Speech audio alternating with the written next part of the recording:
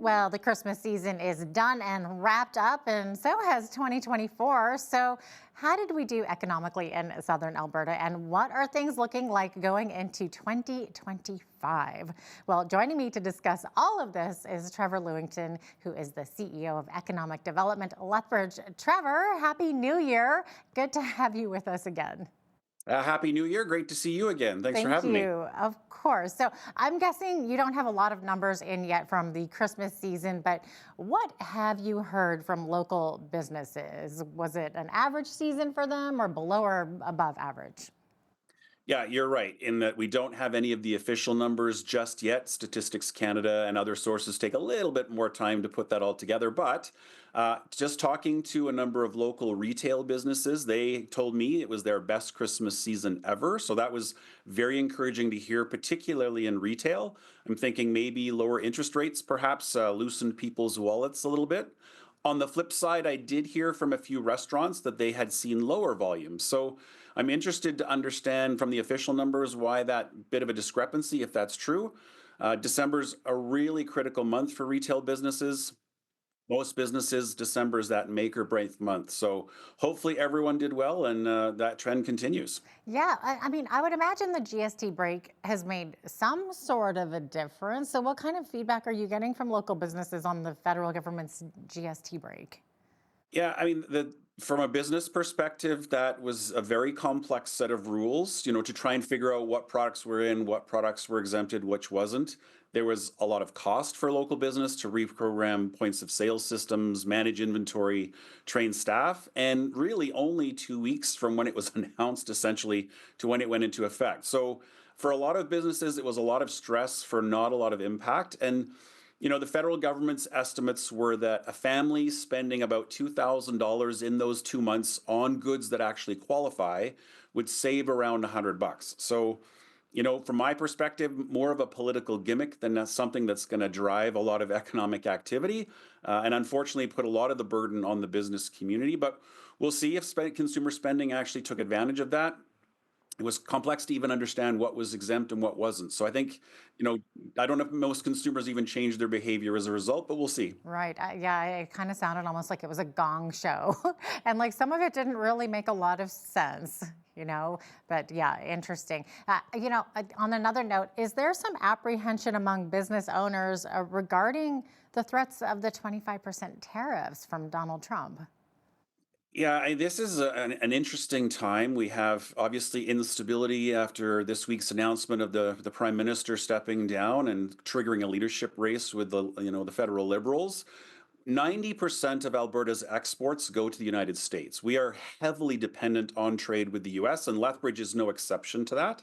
So there's a significant risk to the local business community, whether it's manufacturers or agricultural commodities. We rely very heavily on exports that are potentially at risk. And so, we've seen the Canadian dollar, for example, decline significantly in the last month or so as traders price in that risk.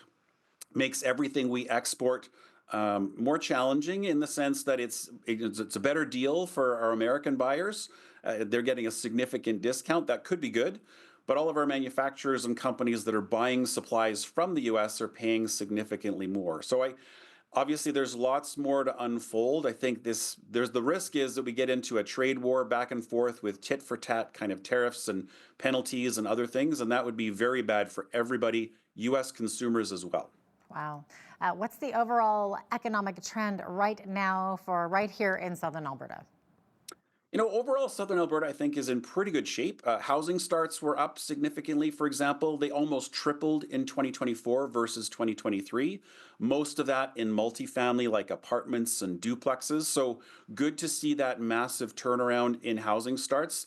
That also has, a good implication for the housing crisis that we're seeing nationally in terms of rent costs and other things. Real estate prices, if you're a seller, if you've got a home to sell, real estate prices were up about 15% last year. So that's good news. Not so much if you're looking to buy, of course.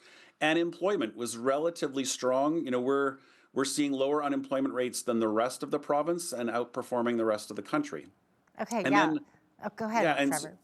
yeah, and then there's obviously risk ahead, but most economic forecasts expected Alberta to have about 2.5% economic growth in 2024, outpacing the rest of the country. And ignoring what's currently on the docket, the original forecast for next year is that we'd see about 2.8%. So most forecasters expected 2025 to be stronger than 2020 performance, and Alberta to actually outperform the rest of the country. So there's reasons to be optimistic. Yeah. Okay. Well, sorry for jumping in on No, there. no, no I problem. got a little bit, piqued my interest when you were mentioning employment. So, what are our unemployment levels at this point? Are we seeing some layoffs after the Christmas rush? Well, I'm glad I'm not the only one that gets excited about unemployment data. I mean, Not everybody should be just excited, as but excited. it piqued my interest there. So the unemployment rate locally increased actually to 5.7% in November. So that's up a little bit from the previous month. And it's actually a fair bit higher than the same time a year ago. So last November, we were sitting at 4.3. So feels like we've seen a bit of a change in the unemployment rate. However, when you look at Edmonton and Calgary, for example, that are way north of 7%, our 5.7 is pretty good. And it is seasonal, so we do expect some changes as retail season slows down, as weather impacts construction. But we're just about to get back into spring, I hope, very soon, and the agricultural industry picks up. And so, again, we're performing relatively well compared to the rest of the province. Okay. What about small businesses? Are we seeing a decrease or an increase in business startups? Yeah, great question. I think the important thing for people to remember in Lethbridge, 95% of our businesses are actually considered small. So when we talk about that, government speak is that if you have 49 employees or less, you're a small business.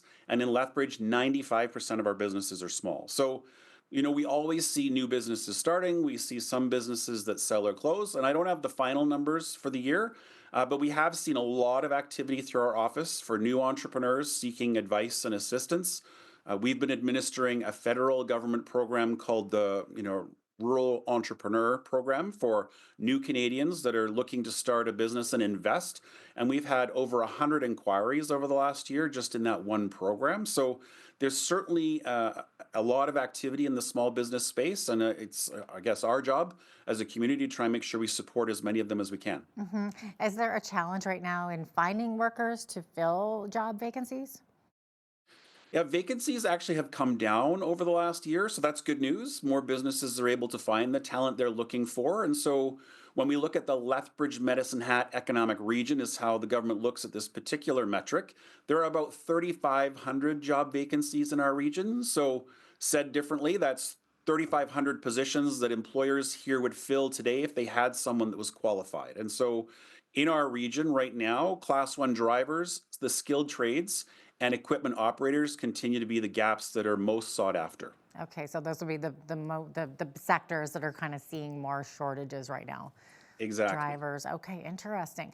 Are we seeing any changes in the real estate market now with interest rates declining?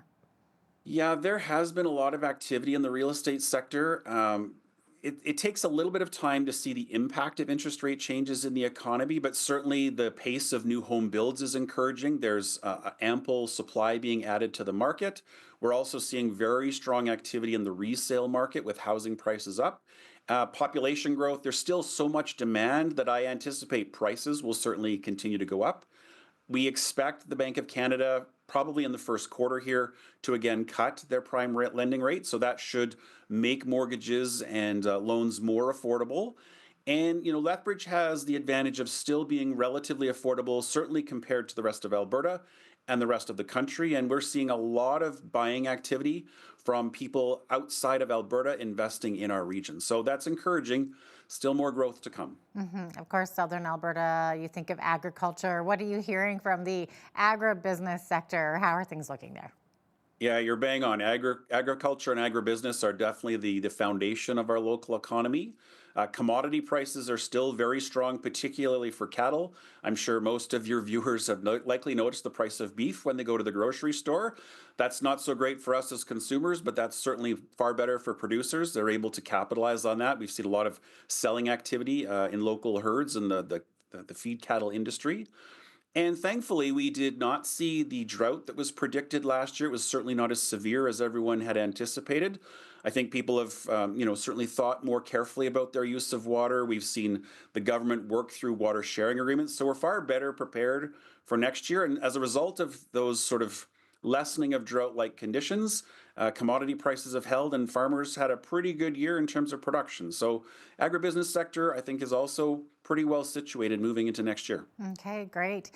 You had mentioned earlier construction kind of slows down a little bit around this time of year, partially because of weather. So, Mhm. is the construction industry still continuing to be strong going into 2025? Yeah, employment in construction has strengthened over the last year, not as strong as when it was pre-COVID in 2019. The construction sector is still smaller now than it was 4 or 5 years ago. However, we do have some major projects in the region like McCain, their expansion, the new cold facility in Coaldale. We've got new schools under construction in Lethbridge. We are seeing sort of that commercial, industrial, and institutional building going on. And housing, again, has sort of, as we've talked about, come back. So the construction sector is doing relatively well compared to last year. They've seen strength and growth, and hopefully they'll bounce back and sort of come back to their pre-COVID levels as well. Mhm. And are we seeing any positive signs of a turnaround for the Lethbridge and District Exhibition Agri-Food Hub and Trade Center? Yeah, lots of conversation happening in our community about the Agri-Food Hub and Trade Center. I'm sure most of your viewers will know from your broadcasts about all of the council discussions in November and December about how to fund the deficit of that facility. They're still forecasting a shortfall, an operating deficit of about $4 million into next year.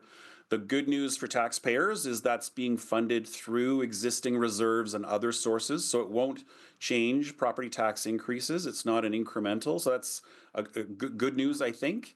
That $4 million deficit is still a deficit. No one wants to see that, but it is certainly better than the $6 million they were originally forecasting. So the team there has done a lot to control expenses, drive incremental business, and try and reduce the drain, if you will, on tax resources. Some of the biggest challenges I think ahead in 2025, other than filling the building and all of the programming, will be what to do with the old pavilions. There's been lots of discussion about repurposing them for some other use versus the cost of just demolishing them, and there's been some trade-offs. And if anyone's interested, the city is posting regular updates on it's called getinvolvedlethbridge.ca. So if viewers go to that website, they can track all of the updates and see all of the financials and all the reporting, because there's regular reporting back to council every month by the team at the Lethbridge and District Exhibition. And I think it'll continue to be a news story that we follow for the rest of 2025. I think you're right there. What about the surrounding Southern Alberta communities around Lethbridge? What are you hearing on them? Are they doing better or worse than Lethbridge? Yeah, I mean, most of the surrounding communities continue to see very strong population growth. I think that's the advantage of our region, is that if you're looking for a slightly different lifestyle or different housing options, you have the benefits of the city surrounded by many different choices around us. As we talked about earlier, major projects like McCain and New Cold, these are very significant investments in the region that are supporting construction and other industries in those communities, as well as, the producers for the potatoes that are actually going to feed that expanded plant. And then, of course, the provincial government's investment in irrigation. So we've seen significant construction in the region in expanding irrigation capacity. So overall, what I'm hearing is certainly that population growth economically, the surrounding communities around Lethbridge are doing quite well, and no reason to see that changing into 2025. And now that we are into the new year, what are your thoughts on where the Lethbridge economy is headed over the next 6 months, the first 6 months, I guess, of 2025? Yeah, that's the great thing about a forecast is it's usually wrong, but we've got to start somewhere. I think there's a lot to be optimistic about, right? We know that provincially, Alberta is going to outpace the rest of the country, about 2.5% economic growth. We know there's risk from Trump and tariffs and currency. That growth target is certainly at risk, but there's lots of smart people working in government and in other institutions and other industries that will hopefully put a lot of pressure on the right decision makers. The federal Liberal leadership race and the potential for an election in the coming months does create some uncertainty. But closer to home, we know there's risks for agriculture. Certainly challenges in Europe with continued conflict in Ukraine, the Middle East. Supply chain disruptions from those wars could certainly get worse if those conflicts broaden. But here in Lethbridge, our economy is strong. We have a diverse economy. Construction is moving forward. Jobs are growing. I think we have lots to be optimistic about in 2025. Well, thanks so much for being with us today, Trevor, and for sharing all that insight as we head into 2025. Great to have you with us as always. Thanks for having me once again. Trevor Lewington is the CEO of Economic Development Lethbridge. I'm Jeannette Rocher on behalf of all of us here at Bridge City News. Thanks so much for watching.